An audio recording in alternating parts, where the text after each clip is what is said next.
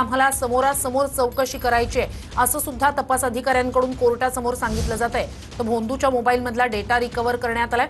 पीडितांना दिलेलं पाणी आणि पेढे याचा तपास करायचा आहे असंही तपास अधिकाऱ्यांकडून सांगितलं जातंय। कोर्टासमोर आता सध्या सुनावणी सुरू आहे। पीडितांना जे पाणी दिलं गेलं, पेढे दिले गेले त्याचा तपास करायचा आहे। प्रकरण संवेदनशील आहे, राज्यासह देशाचं लक्ष लागलेलं आहे असं तपास अधिकाऱ्यांनी कोर्टासमोर ठेवलंय। तर भोंदूच्या मालमत्तेची माहिती घ्यायची आहे, समोरासमोर चौकशी करायची आहे अशी सुद्धा तपास अधिकाऱ्यांकडून कोर्टासमोर माहिती दिली जाते। अधिक या सगळ्या संदर्भात जाणून घेऊया आपले प्रतिनिधी पवन येवले यांच्याकडून। पवन, कोर्टात तपास अधिकाऱ्यांकडून नेमकं काय काय सांगितलं जातंय? नक्कीच आपण जर बघितलं तर आता सरकारी वकिलांकडून युक्तिवाद जो आहे तो सुरू करण्यात आलेला आहे। यामध्ये असं सांगण्यात आलं की अनेक महिलांना त्याने भामटेगिरीने आणि भोंदूगिरीच्या नावाखाली फसवलेलं आहे। अनेक महिलांचं आयुष्य त्याने उद्ध्वस्त केलेलं आहे। त्यामुळे या प्रकरणाची व्याप्ती आणखी मोठी आहे। याच्या तपासासाठी कोठडी जी आहे ती मागितल्याचं आपल्याला समोर आलेलं। सरकारी वकील आणि पोलीस यांनी देखील पोलीस रिमांड जी आहे ती वाढवून मागितलेली आहे। दरम्यान जे महिलांना जो पेढे भरवत होता आणि पाणी देत होता या संदर्भात देखील, जे खाद्यपदार्थ देत होते या संदर्भात देखील सखोल तपास जो आहे या पथकाला करायचा आहे। आणि या संदर्भात एकंदरीतच पोलीस अधिकारी असतील आणि त्याचबरोबर सरकारी वकील असतील यांच्याकडनं कोर्टाला वारंवार पोलीस कस्टडी वाढवून मागितली जाते। नक्कीच पवन, पुन्हा एकदा कोर्टात जे जे घडतंय आपल्या प्रेक्षकांपर्यंत आपण ते पोहोचवूया। सध्या सुनावणी सुरू आहे। तपास अधिकाऱ्यांनी याआधीही ही कारणं सांगितली आहेत तसं भोंदूच्या वकिलाकडनं कोर्टासमोर सांगितलं जातंय। तर तपास अधिकाऱ्यांकडून आता काही मुद्दे समोर ठेवण्यात आले कोर्टासमोर। तर तपास अधिकाऱ्यांचं म्हणणं आहे की अनेक पीडित धाडस करून पुढे येतील, आरोपीची 3 दिवसांची पोलीस कोठडी द्या असं तपास अधिकाऱ्यांकडून कोर्टासमोर म्हटलं जातंय। मात्र पीडितांना दिलेलं पाणी आणि पेढे याचा तपास करायचा आहे। मागच्या रिमांडमध्ये पेनड्राईव्ह आणि व्हिडिओ अद्याप पूर्णपणे जप्त करायचे असं म्हटलं होतं। तर सरकारी वकील आणि पोलीस रिमांड वाढवून मागण्यासाठी जी कारणं देत आहेत ती त्यांनी आधीही दिलेली आहेत असं भोंदूच्या वकिलांचं म्हणणं आहे। ठोस कारणं दिली जात नाहीयेत असं सुद्धा भोंदूच्या वकिलाचं म्हणणं आहे।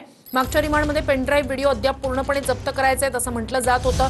आता सुद्धा ठोस कारण सांगितलं जात नाहीये असं खरातच्या वकिलांचं म्हणणं आहे। तपास अधिकाऱ्यांनी याआधी कारणं दिलेली आहेत असं आता खरातचे वकील कोर्टासमोर सांगतायत। तर पोलिसांकडून ठोस कारणं दिली जात नाहीयेत असं खरातच्या वकिलांकडून कोर्टासमोर सांगितलं जातंय। तर मालमत्तेसंदर्भातील युक्तिवाद याआधी सुद्धा करण्यात आलेला आहे असंही खरातच्या वकिलांकडून कोर्टासमोर सांगितलं जातंय। वेगळं कोणतंही कारण तपास अधिकाऱ्यांकडे नाहीये। मालमत्तेसंदर्भातील युक्तिवाद याआधीही करण्यात आलाय असं खरातच्या वकिलांकडून सांगितलं जातंय। पवन, काय नेमकं खरातच्या वकिलांचं म्हणणं आहे? नक्कीच आपण जर बघितलं तर आता कोर्टरूममध्ये युक्तिवाद सुरू झालेला आहे आणि खराच्या वकिलांकडून देखील या ठिकाणी युक्तिवाद केला जात असल्याचं पाहायला मिळतंय। दरम्यान मागच्या रिमांडमध्ये देखील पेन ड्राईव्ह आणि इतर जे काही वस्तू आहेत त्या जप्त करायच्या आहेत, त्याचा तपास करायचा आहे अशा पद्धतीचं कारण देण्यात आलेलं होतं। असं काही ठोस कारण जे आहे ते सांगितलं जात नसल्याचा युक्तिवाद जो आहे तो खराच्या वकिलांकडून करण्यात आलेला आहे।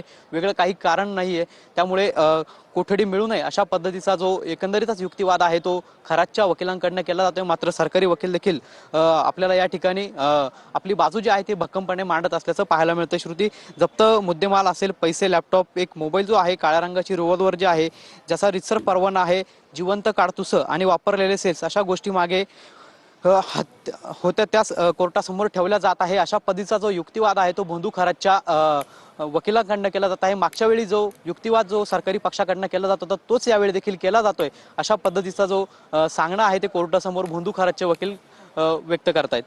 श्रुती, नक्कीच पोलिसांकडून ठोस कारणं दिली जात नाहीयेत असं खरातच्या वकिलांनी कोर्टासमोर म्हटलंय।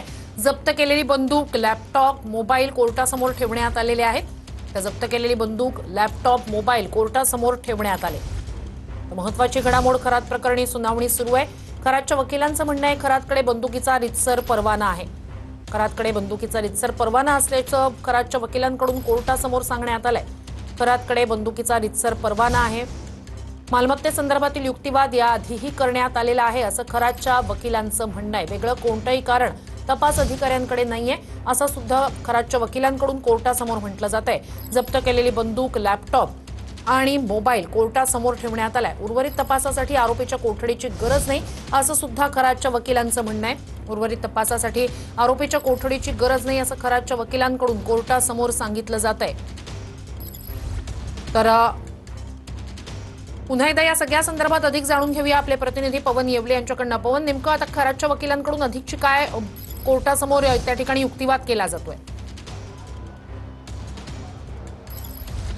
खरं तर आपण बघितलं या ठिकाणी असलेले तपास अधिकारी असतील, त्याचबरोबर सरकारी पक्षाचे वकील असतील, यांच्याकडनं आणखी पोलीस कोठडी जी आहे ती वाढवून मिळावी अशा पद्धतीची मागणी करण्यात आलेली होती। मात्र यालाच काउंटर करताना भोंदू खरातच्या वकिलांकडून देखील सांगण्यात आलेलं आहे की बाकी उर्वरित गोष्टींचा जो तपास करायचा आहे त्यासाठी आता पोलीस कोठडीची आवश्यकता नसल्याचं सांगण्यात आलेलं आहे। मात्र सरकारी पक्षाकडून असेल किंवा SITतील जे पोलीस तपासातले अधिकारी आहेत त्यांच्याकडनं देखील अशा पद्धतीने सांगितलं जातं की आणखी या संदर्भातले अनेक गोष्टींचा तपास जो आहे तो करायचा आहे, त्यामुळे वेळ वाढवून देण्यात यावी।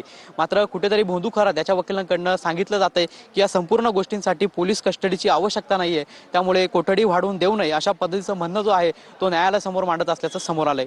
श्रुती, नक्कीच पवन, तर खरातच्या वकिलांकडून